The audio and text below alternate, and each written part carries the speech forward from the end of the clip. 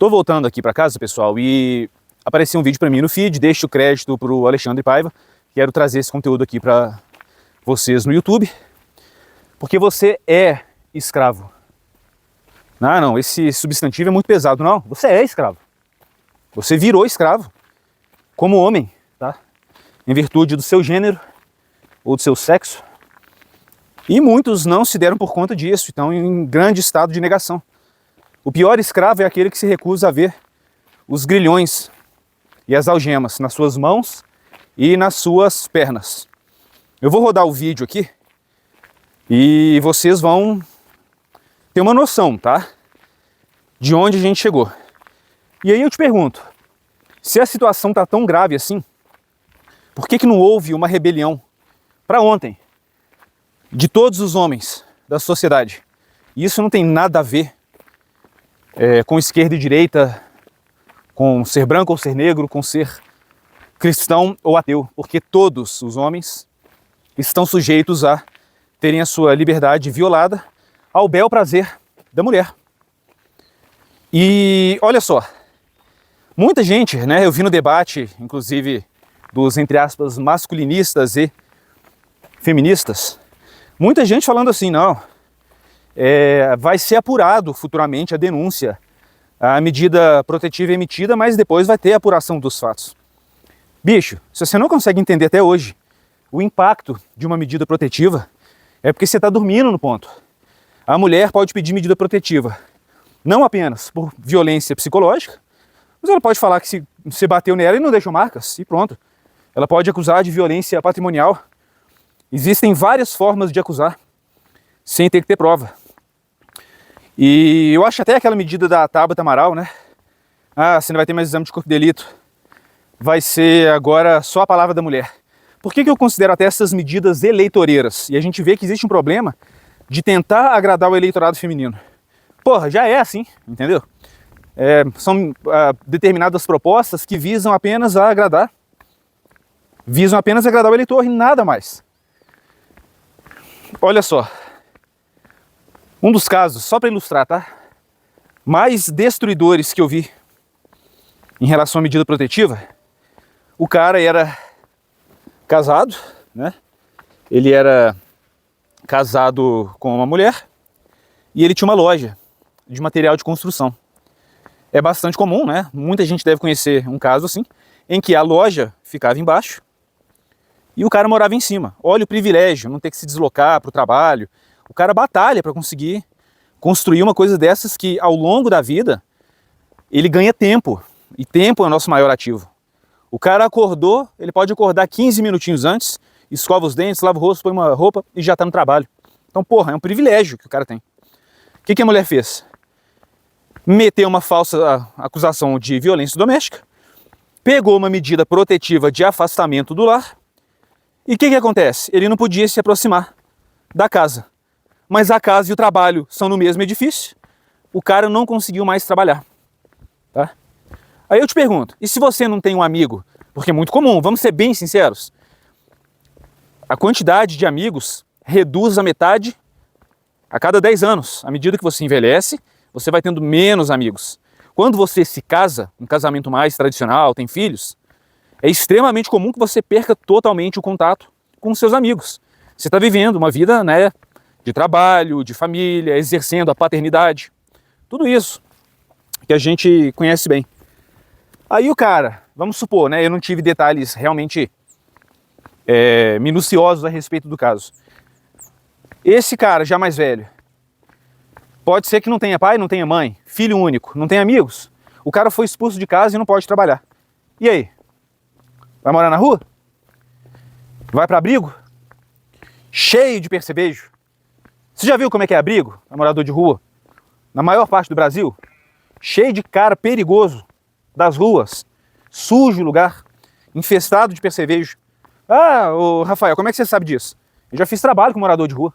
Eu já entrevistei morador de rua. Tá? No passado, quando eu morava no Rio de Janeiro. E os caras falavam, eu prefiro ficar na rua. Porque é uma infestação de percevejo que você não consegue dormir. Num caso desses, o que pode acontecer e não é improvável? Embora nós não tenhamos dados, né? Claro, é conveniente não produzir dados porque vai contra a narrativa. Um cara que passa por uma coisa dessas e que não é raro, tá? Ou perde os filhos, porque medida protetiva, se o cara não trabalha no mesmo local, ele pode perder os filhos, ele pode perder a liberdade de ir e vir, ele pode ser deslocado de maneira forçada do seu círculo de amigos. Uma cidade pequena em que todos se conhecem, e vamos colocar assim, entre aspas, o point ali do pessoal é num determinado local. A menina vai para lá, o cara é obrigado a se retirar. Já peguei depoimento aqui desse jeito. Todo lugar que o cara ia, a mulher ia atrás. E ele era obrigado a se retirar. Ele virou literalmente um escravo da mulher e da medida protetiva. Denúncia falsa. Sabidamente falsa. Em que essa mulher assumiu depois que era mentira.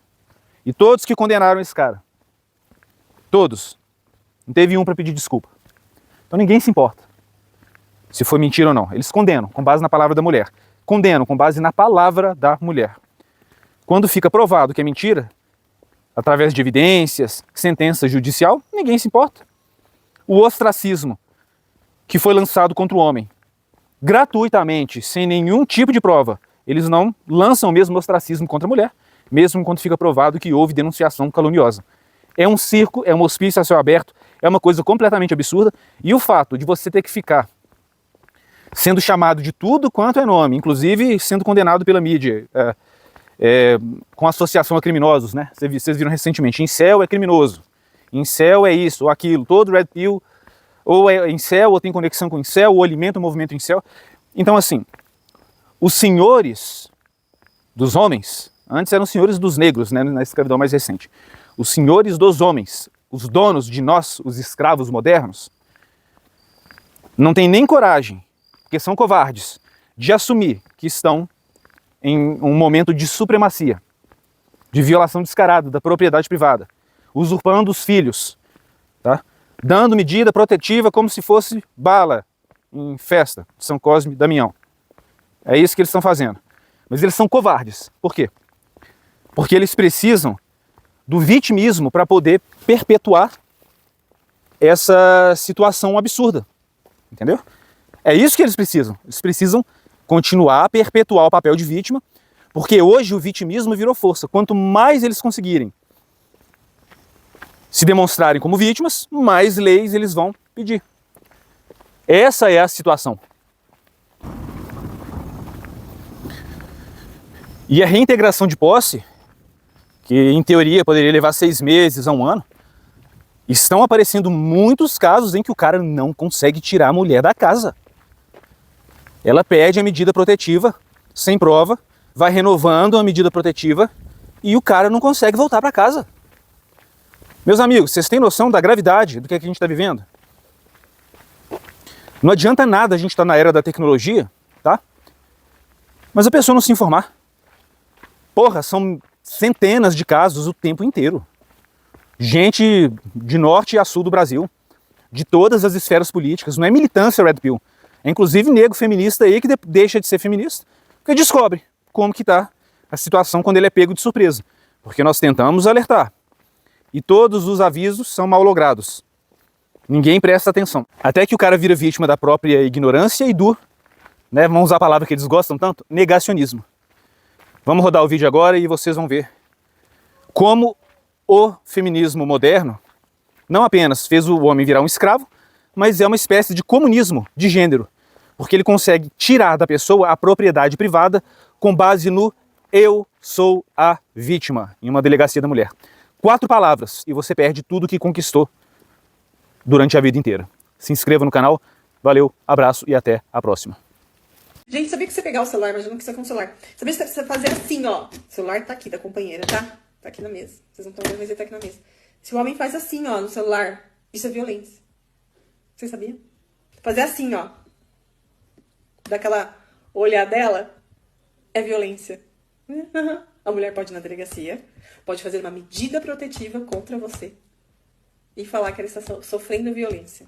Porque é violência psicológica. Então quer dizer que se o homem arrumar uma nova namorada e ficar passando na frente da ex com a atual, essa ex pode pedir uma medida protetiva? Eu peguei a mensagem de um seguidor que passou exatamente por essa situação. Ele disse que tinha se separado da sua ex e estava tudo normal. Cada um no seu canto, eles conversavam umas vezes, ela pedia pra voltar, só que não dava mais certo. Ok, ele arrumou uma namorada. Como a cidade é muito pequena, volta e meia, ele, junto com a atual, acabava se encontrando com a ex. Ex começou a mandar mensagem pra ele, criticando, questionando, falando que ele estava fazendo isso de propósito para afetar a mente dela. Pois sabia, né, que ela ainda queria voltar, que ela ainda gostava dele. Ele disse que não, que aquilo é porque a cidade é pequena, mas que ia tentar evitar. Só que não adiantou. Ela procurou um advogado, na verdade ela foi até a delegacia e pediu uma medida protetiva. E conseguiu, alegando que ele estava provocando ela e causando um grande abalo psicológico. Em outras palavras, ele vai ter que ficar em casa com a sua atual, porque se ele sair, como a cidade é pequena, e acabar encontrando a ex no mesmo local, já sabe, né?